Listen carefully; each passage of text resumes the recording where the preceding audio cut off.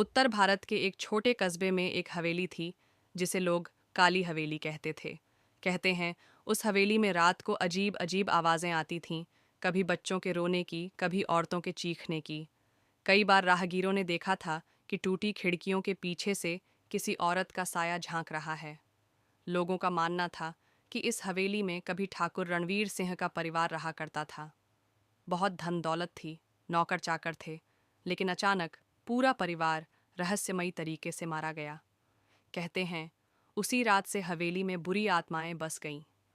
सालों तक कोई उस हवेली के पास तक नहीं गया, लेकिन एक दिन 4 दोस्त राहुल, सौरभ, मीरा और अमन ने साहस करके वहां जाने का निश्चय किया।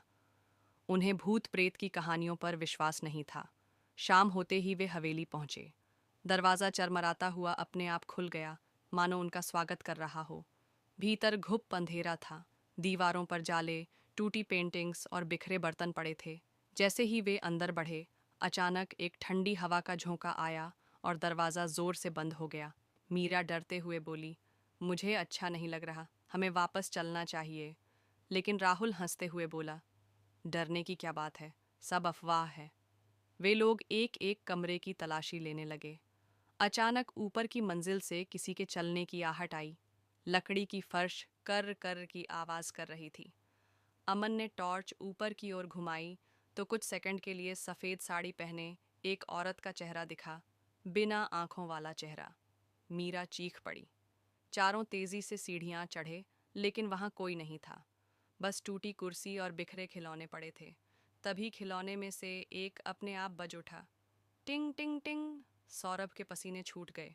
उसने कहा, ये सब सामान्य नहीं है, हमें निकलना चाहिए। वे लोग नीचे की ओर भागने लगे, मगर दरवाज़ा बंद था। चाहे जितना खींचो, वह खुल नहीं रहा था। तभी हवेली के भीतर से एक औरत की करुण चीख गूंजी। खून जमा देने वाली आवाज़, जैसे किसी को जिंदा जला दिया हो। अचानक दीवार पर लगी पुरानी तस्वीरें अपने आप गिरने लगीं।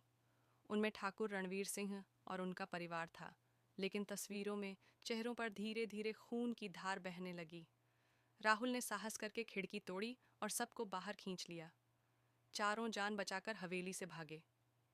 पीछे मुड़कर देखा तो हवेली की खिड़कियों में वही औरत खड़ी थी, सफ़ेद साड़ी में, बिना आंखों के, हाथ हिलाती हुई, मानो कह रही हो, तुम तो बच गए, लेकिन अगली बार कोई नहीं बचेगा। आज भी कस्बे के लोग उस हवेली से दूर रहते हैं और कहते हैं जो भी रात को वहां जाने की कोशिश करता है, सुबह लौटकर कभी दिखाई नहीं देता।